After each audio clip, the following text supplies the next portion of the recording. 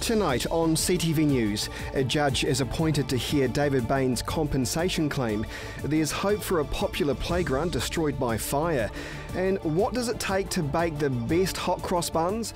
Well, an award-winning baker knows exactly how. Broadcasting across Canterbury from the CTV studio, this is First at 5. Thanks for joining us tonight. The inquest continues into the tragic death of Bonnie Schleff, who died 2 years ago and just 2 days after she was admitted to Christchurch Hospital to treat an aneurysm. The coroner heard today that a lapse of concentration by a radiologist during a procedure led to her death. Since that time, the CDHB says it's put in place measures that include at least 2 surgeons overseeing each operation. The inquest continues next week. Well, he was jailed for nearly 14 years for the murder of his family, but government legalities have so far prevented any compensation for David Bain. But now that could all change. An ex-Australian judge has been appointed to sort all out once and for all. A retired Australian judge will head up the inquiry into David Bain's compensation claim. Justice Minister Amy Adams has selected Honourable Ian Cullinan from a short list of retired judges from both New Zealand and overseas. He's a former Justice of the High Court of Australia with nearly 50 years legal experience. This includes reviewing the Queensland Crime and Misconduct Commission and reporting on the parole system in Victoria. The appointment of Mr Cullinan follows Cabinet's decision in February to set aside all previous advice relating to Mr Bain's claim and conduct a fresh inquiry. His case fell outside the government's responsibility to pay compensation. Mr Cullinan will begin immediately and is expected to make a finding within 6 months. David Bain was acquitted in a retrial in Christchurch in 2009 after serving 13.5 years for the murders of his family members in Dunedin in 1994. The Christchurch City Council is pushing ahead with plans to rebuild and repair social housing. A milestone was reached today with the turning of the sod for 18 new units. Marcus Gibbs reports. Progress at Harmon Court, a $3.5 million development. Turning the sod on the site where 18 new units will be built by the end of the year. After more than 28 years living at Harmon Court, Anne was given the honour of leaving her mark on the new development. I mean, to me, it's my home and I treat it as if I own it, as if I look after it. She's enjoyed her time here and hopes she'll be one of the first to move into the new units.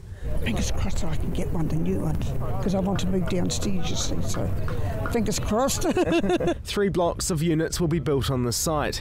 They will be completely different to the older dated apartments that Anne and the other tenants live in. They'll feature an open plan living area, kitchen, dining room and accessible wet bathrooms. These things, as you may be able to see, are a few years older than what we're going to be building from now, and so we'll be working to a new code and exceeding that code from an insulation point of view, so the comfort and dryness for the people that will be in these units will be very good. Prior to the earthquakes, the social housing portfolio had 2,649 units. At present, more than 2,200 units are open due to earthquake damage. More than 427 units have since been rebuilt, reopened or repaired since the earthquakes, and by July 2018, the council aims to have at least 2,366 units in its portfolio. Housing is still very much a serious issue. Last year, the waitlist for social housing averaged 292 people a month.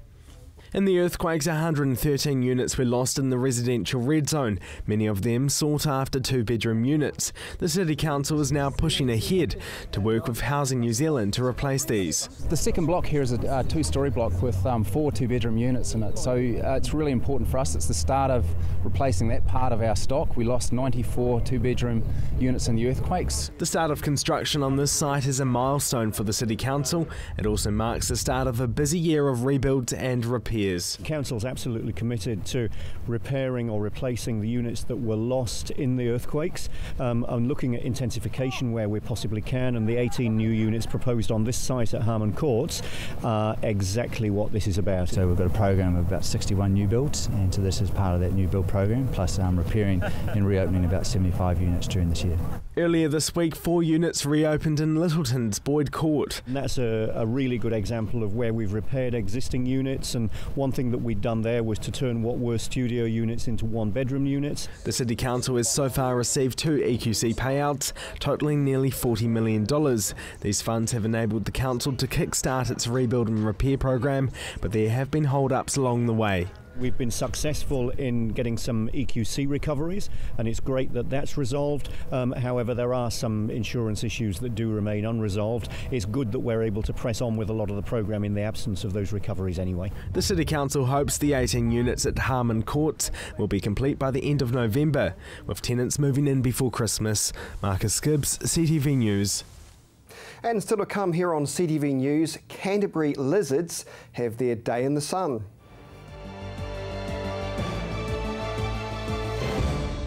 The King is back, direct from the UK. Ben Portsmouth, voted the world's best Elvis performer with the Roger Fox Band, now on his 2015 World Tour. His stage presence and voice quality will make you weak at the knees. You could be watching the King himself. Don't miss Ben Portsmouth, the ultimate Elvis performer. 10 shows only. For booking details, see thekingisback.co.nz. Preparation, the devotion, the fearlessness, the intensity. Runway model management. First impressions are everything.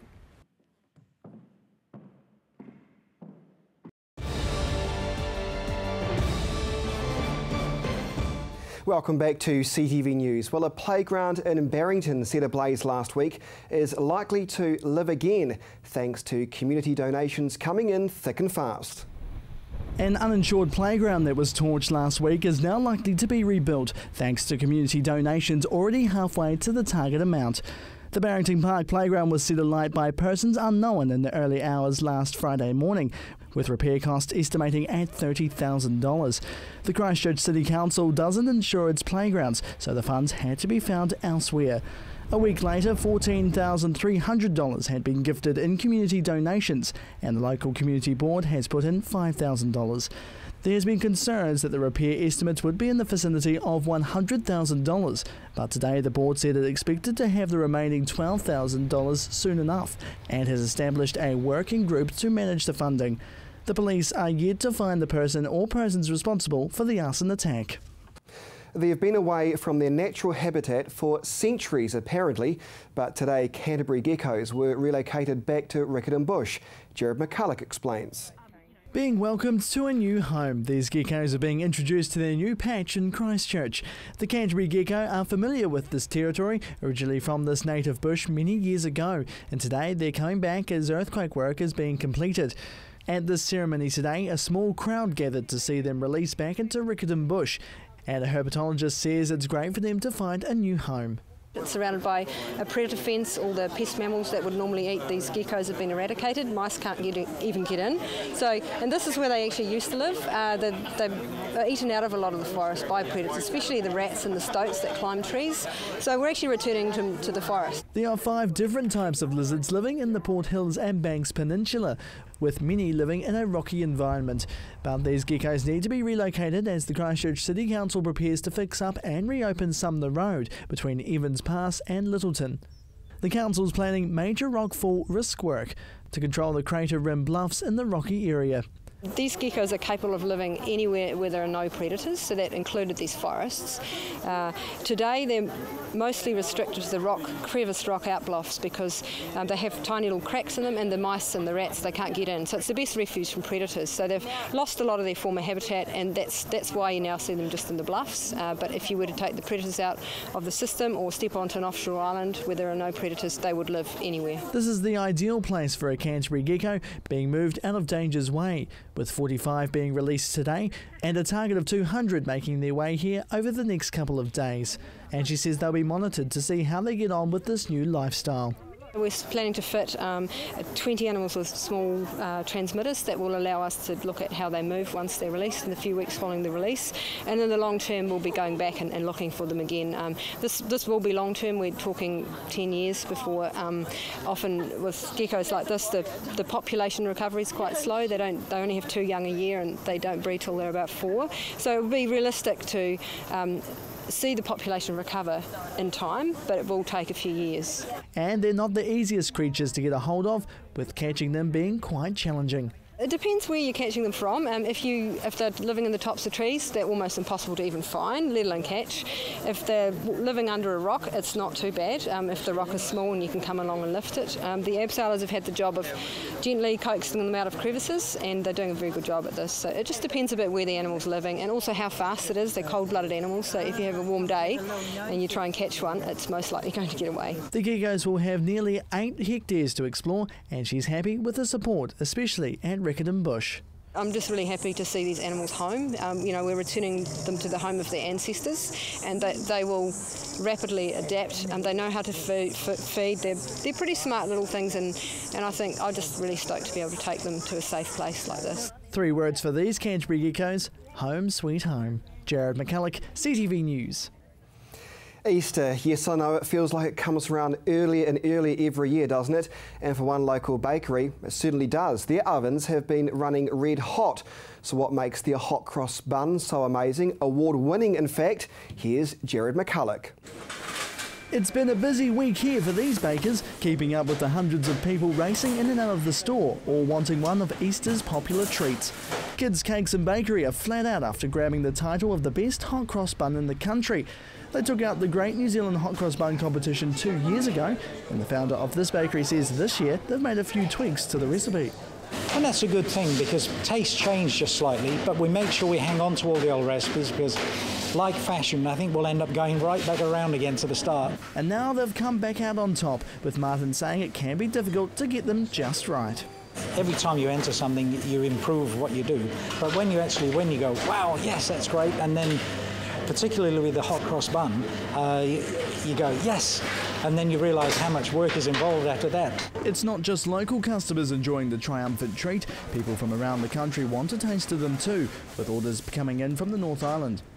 So, of course, how much does New Zealand's best hot cross bun cost? Well, these 6 bad boys would set you back $9.80. But the question is, why are they so popular? It's because it's a seasonal product, and you get that little autumn feeling, and it all sort of rolls in, and the buns are spiced and fruity, and it sort of hits the spot. So, how do you make this award-winning bun? It starts by making the dough, of course, which is a bulk fermentation. For those that don't know, it takes a couple of days to work through, so that all the sugars and the yeast work really well with the flour, and we get a much nicer flavour. And after being mixed to perfection, they're made into an appropriate size bun, moving to this machine to help speed up the process. Then the signature topping, the cross, before heading to the oven for 18 exact minutes.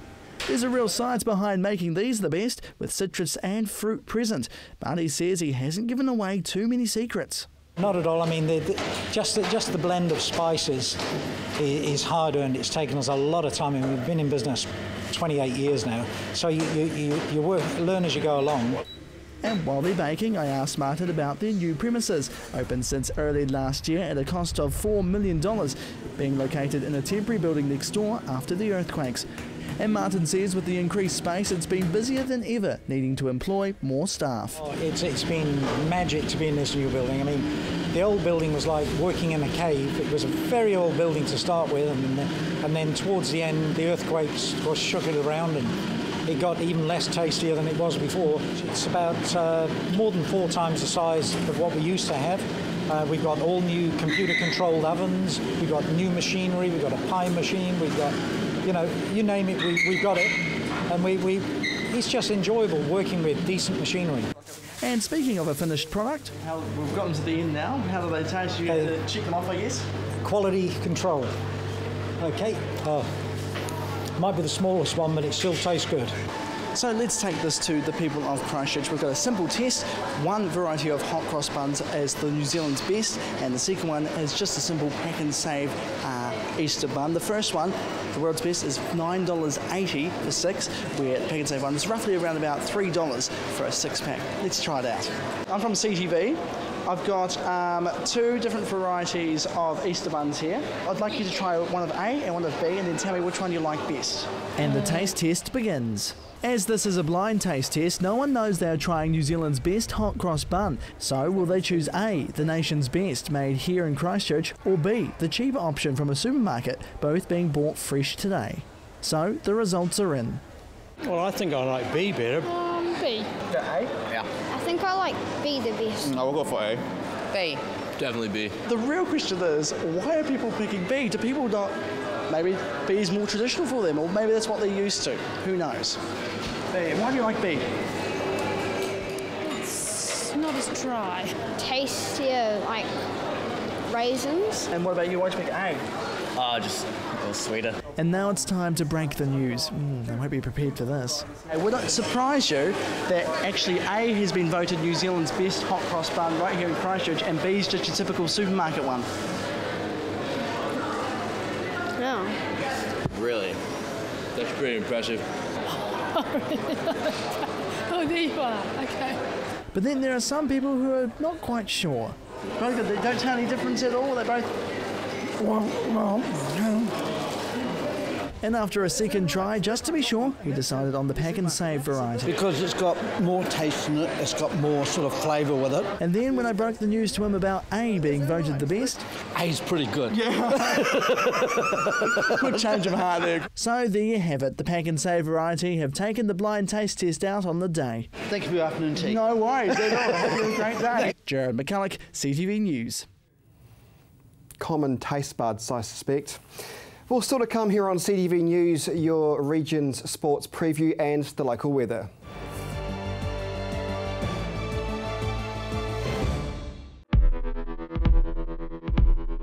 All in, he said. I could sense them in the distance. The rattle of the ball, the snap of the cards, a whisper of romance, a laugh. Some were serious, some were excited, but it was an easy call. At Barrington Environmental, we specialise in all aspects of resource management, so you don't have to deal with the paperwork. With the skills and knowledge to organise any environmental work, we can guide you through the process from start to finish. From organising consents and farm environmental plans to pump and well testing, Barrington Environmental has it covered. Save time and remove the stress. See the specialist. Barrington Environmental.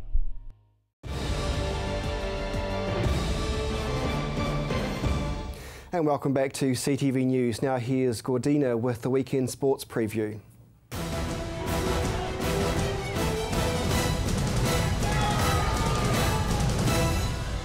While most Kiwis' eyes will be fixed on the Black Caps tomorrow night when they take on the Windies in the Cricket World Cup quarter-final in Wellington, it will be a case of business as usual for the Crusaders. The side will be looking for their first back-to-back wins of the season tomorrow night when they take on the Cheetahs at AMI Stadium. After a slow start, the side got the maximum 5 points last time out against the Lions. Coach Todd Blackadder has made a few tweaks to last week's lineup, with rotation being the main changer in the forward pack, which sees Matt Todd coming in for Richie McCaw at 7, while Blackadder is confident Cody Taylor can emulate last week's impressive scrumming effort as he comes in for Ben Fennell at hooker.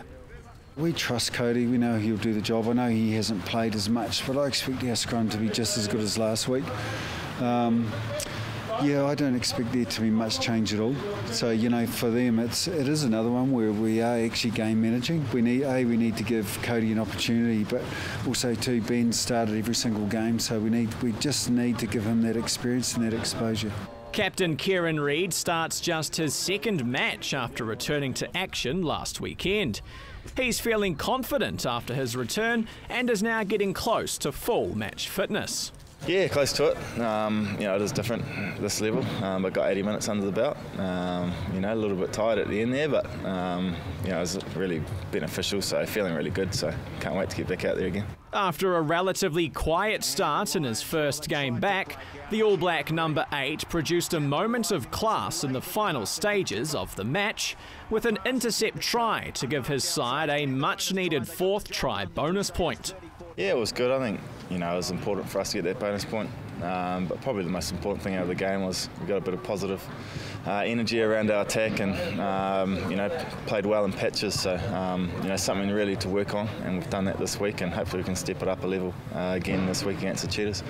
Changes to the back see Kieran Fonatia come in for the injured Johnny McNichol, while the big news is the return of Israel Dagg, who's back into the lineup after shaking off an injury sustained in round 2 against the Highlanders. It's very frustrating, but I guess that's rugby, you just got to deal with it, and I've just been training hard and just trying to get the lungs, keep the lungs working, so when it gets out there it's a lot easier, so just been working hard and looking forward to this weekend. The combination of Colin Slade at 10 and Dan Carter at 12 will start their second straight game. The combination is yet to show any sign of the form that got them as far as last year's final, so is it a case of sticking with what has worked in the past and hoping that the form will come with time on the park? Absolutely. Some players, when things aren't going right, you still got to retain faith in them. They obviously, if I look at last week, the players aren't our team isn't where they want to be. But I can't get rid of 23 blokes, so we've just got to find our way of getting better, and every week we're making small improvements, and but we need to really start stepping up now. DC at some stage will want to play 10. He's probably more of a 10 than a 12, in his eyes. I think we get the best out of both of them. We've got them both at Slady at 10 and 12, but I know Slady, can play 15 as well. So there will be times that we do mix it up. Coach Todd Blackadder has also had some extra input this week with former Crusaders and All Black assistants Robbie Deans and Wayne Smith, both in town. Yeah, he was in on Monday, which is great. He's obviously on holiday at the moment, and he asked to come in. It was great. He came in and gave us some really good feedback from Monday, and he's in here today with Wayne Smith, so it was actually quite nice. I said to have 2 ex-Crusader coaches in here, and they've gone on to international level. Tomorrow night's match against the Cheetahs at AMI Stadium kicks off at 7:35. Well, the Black Sox side for the upcoming Softball World Champs in Canada was named earlier this week, with 2 Cantabs making the cut. 23-year-old Josh Harbrow's naming topped off a great week for the infielder, who was named as the tournament MVP at last weekend's National Club Championships, as he helped guide his Albion side to success. The other Canterbury representative in the side is catcher Stephen Ratu, who will compete in his 2nd World Champs. And finally tonight, Sunday night, we'll see the Mainland Tactics take on the Waikato Bay of Plenty Magic in the 4th round of the ANZ Netball Championship. The Tactics currently sit bottom of the New Zealand Conference and will be looking for their first win in the comp against a young Magic side. Play in Hamilton gets underway at 7:10. You're up to date with the latest in local sport. I'm Gordon Findlater for CTV Sport.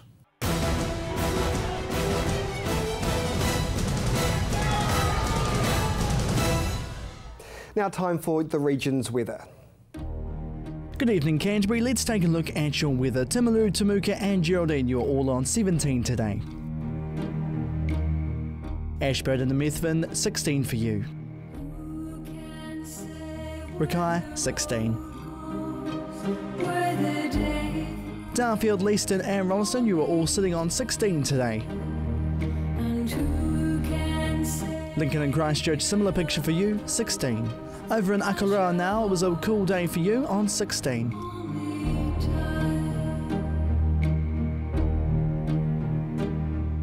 Further north, Kaiapoi, Rangiora and Amberley, you all hit a high of 16 today.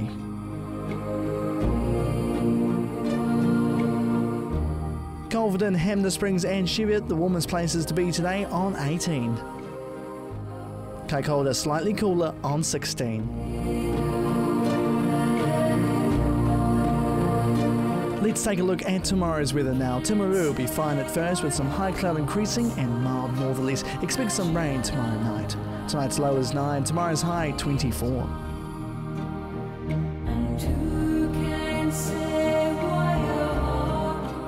To Ashburton now, cloud increasing during the day and some rain developing tomorrow night.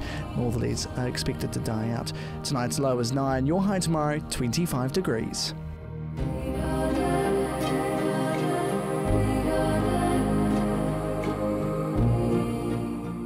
Taking a look at Christchurch now, a fine Saturday ahead for you with some high cloud and northerly winds decreasing. Your overnight low is 9, tomorrow's high 25.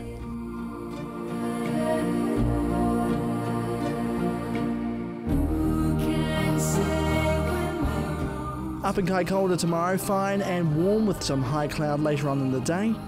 Your overnight low is 9, tomorrow's high 25.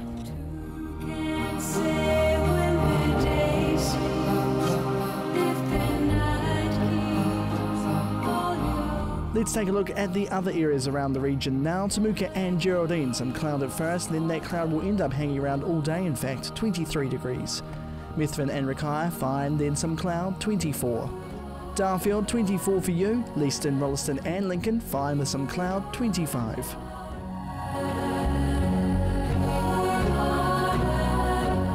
Over in Akaroa tomorrow, fine with some cloud, 26. To North Canterbury now, Kaiapoi, Rangiora and Amberley, expect a fine morning with just some cloud creeping in later on in the day, 26. Culverden, Hamner Springs and Cheviot fine at first, and then some cloud, 25.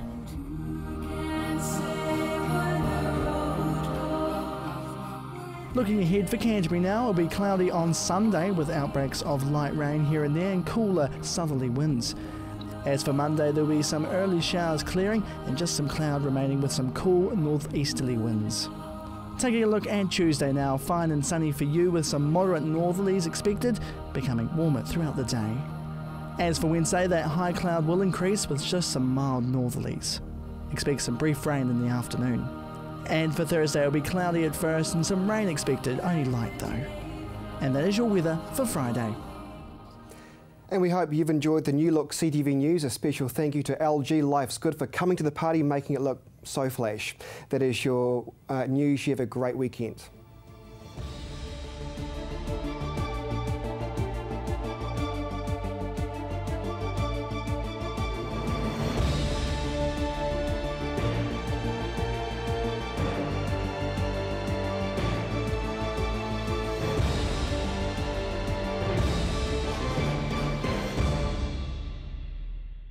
Supporting local content so you can see more of New Zealand on air.